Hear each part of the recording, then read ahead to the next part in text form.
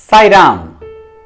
Studying and trying to understand the words and actions of an avatar of Bhagwan Sri Sathya Sai Baba is like peeling the layers in an onion.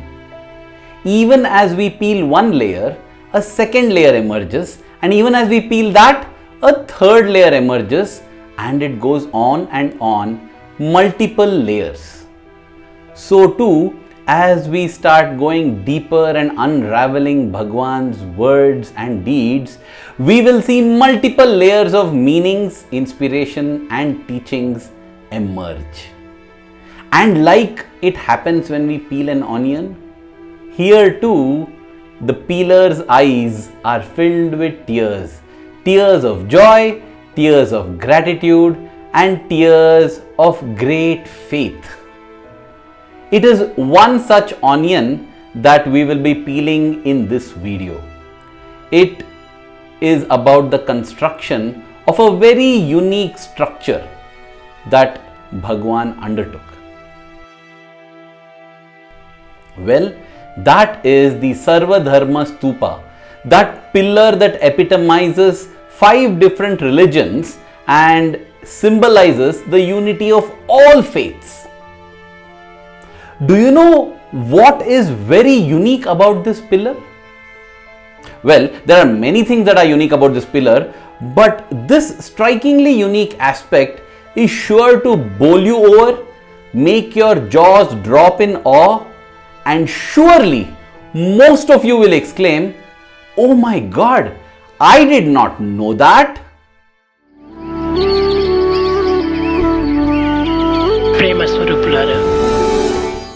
Without further ado, let me reveal what is it that is so unique about the Sarvadharma Stupa, because even after knowing that, the how and the why of it will keep you hooked.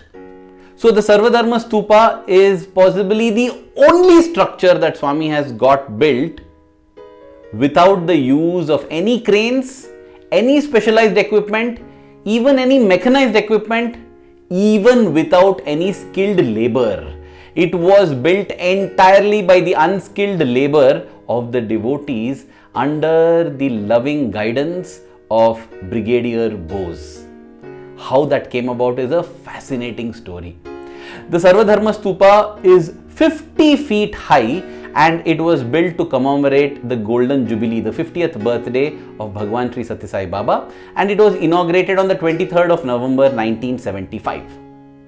Sometime in the first week of September 1975, Bhagwan decided that this stupa had to be built. And so, Brigadier Bose was summoned. Brigadier Bose was an engineer in the Indian Army, and well, his experiences with Bhagwan is possibly the subject of one or multiple other videos. As of now, it will be suffice to say that on the 10th of September, when he reached Prashanti Nilayam, Swami and Colonel Jogarao, both of them updated him about the plan. He was given 60 days to construct the Sarvadharma Stupa, the 50 feet high Sarvadharma Stupa, and he was also told that there would be no specialized equipment, no mechanical equipment, no cranes, nothing.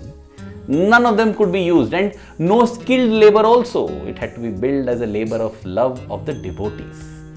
And Brigadier Bose by now had experienced so much of Swami's grace and miracles, and his faith was so firm that he knew that when Swami gives a task, he will also ensure that you get the strength to complete it.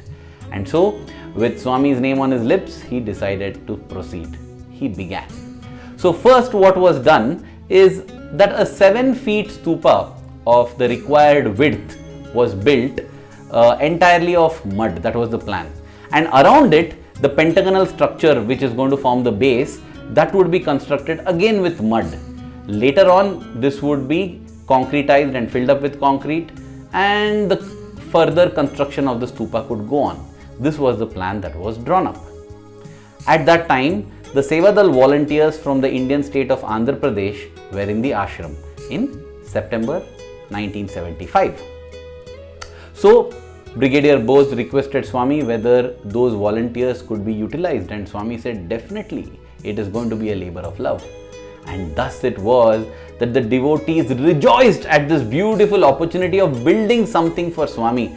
You see, dear brothers and sisters, when it is Swami's birthday, when it is anybody's birthday, anybody who is dear to us, we want to give them something.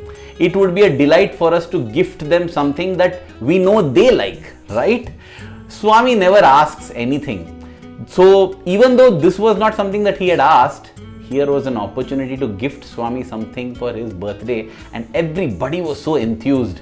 The women and men alike formed lines and through trays manually in hand, via hands, the mud was transported to the location where the stupa currently stands, in between the mandir and the Purnachandra auditorium, and the big construction began.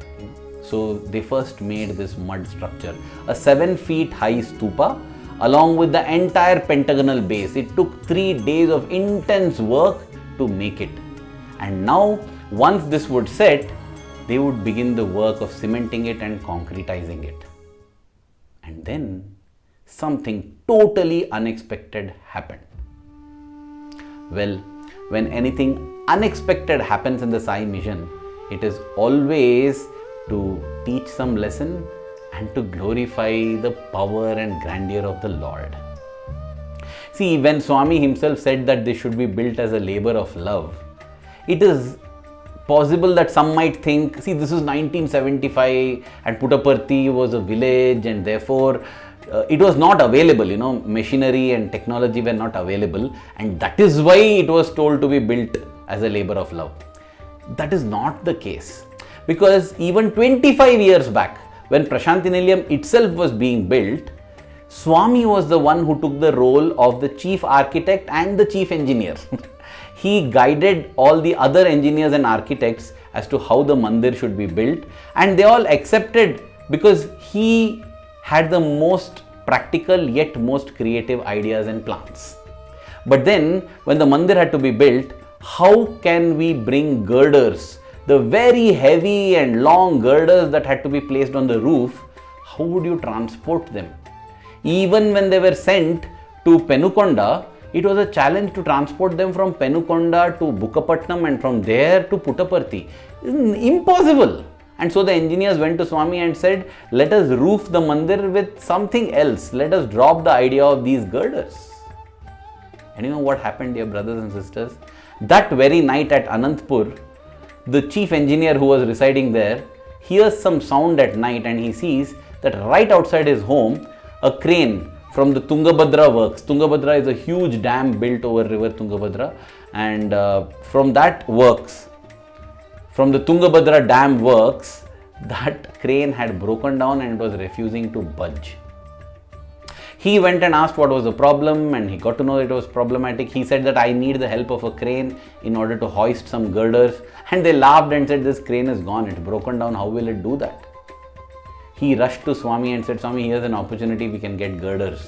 And Swami materialized and gave him vibhuti. That vibhuti was sprinkled on the crane and the crane came back to life. See, Swami resurrects not just living beings. Even the so-called non-living beings respond to the divine consciousness in Bhagwan. And the crane started coming. And when it had to navigate a hill near Karnataka Nagepalli and it was not able to, Swami himself walked up to Karnataka Nagepalli, which is almost a kilometer away from the Puttaparthi Prashanti Nilayam Mandir, and sat in the crane, and the crane glided over and it was used to hoist the girders up. So if Bhagwan wanted technology, 1975 is not too much far back in time when he cannot get, because he had already got that necessary technology even in 1950. But there is a reason he wanted this as a labor of love. But before I go to that, what was it that happened? That night, thick clouds gathered over Puttaparthi and it began to pour cats and dogs and hippopotamuses, rhinoceros and elephants possibly. You know, the heaviest kind of downpour that Brigadier Bose had ever seen, and his heart sank in that huge water puddles and ponds that he saw outside his room. Why? Because he knew that the entire structure made of earth is going to just get dissolved and it will all be gone. It was almost midnight, past midnight. There's nothing that he could do other than wring his hands and pray to Swami, wondering what he would do. He also realized that that same evening, all the Sevadal volunteers from Andhra Pradesh had actually left back because their duty period had been completed, and he was wondering how on earth will he be able to keep the deadline, and what on earth would have happened to the earth that had gone into building the stupa.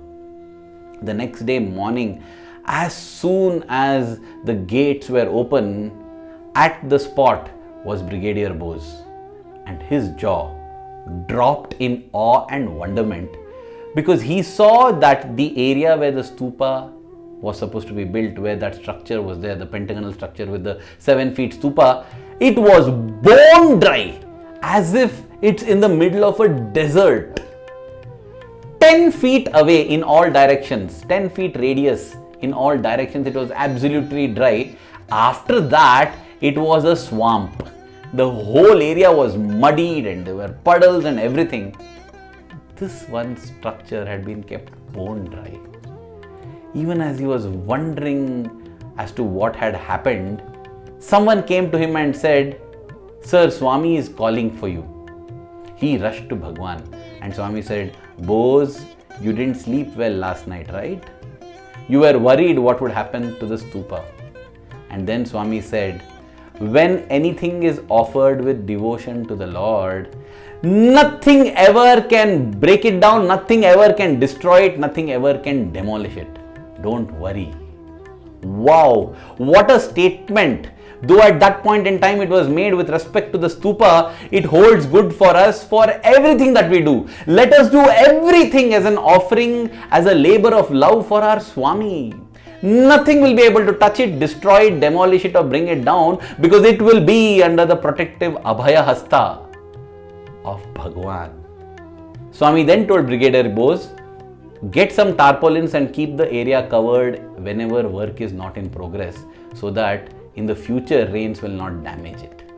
So you see, God will protect once, but after that we have to learn our lessons, and then we have to put in efforts to do what is necessary. We can't just sit back. We have to do our best. God will do the rest. We can't take rest and tell God to do the best. And indeed, in the 60 days time, the pillar was completed. In fact, later on, once it was built to its magnificent height of 50 feet, even to pour the concrete, a scaffolding was built and the devotees stood at all levels, passing on trays of cement to the top, pouring it so that it can solidify and concretize and build that pillar.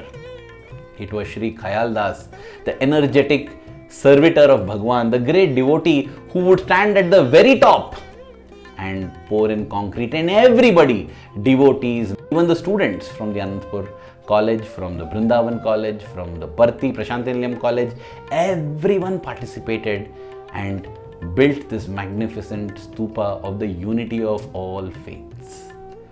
What a magnificent experience. It stands even to this day as a testimony to the grace of God and the labor of love of the devotee. When we examine it a little deeper, it makes it very clear that when we set out to build the unity of all faiths, what it requires is not any other progress, not economic progress, not technological progress, nothing. It requires the labor of love and the grace of God.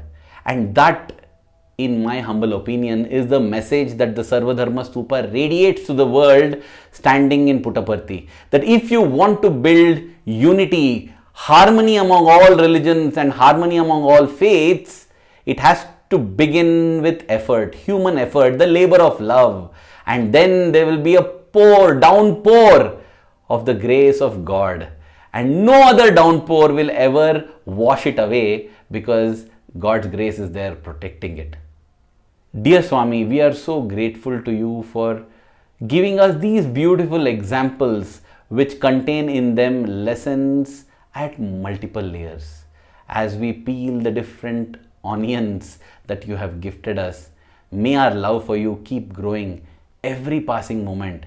May we do everything, may we speak everything, may we think everything as an act of love and devotion towards you. Thank you. Jai Sai Ram.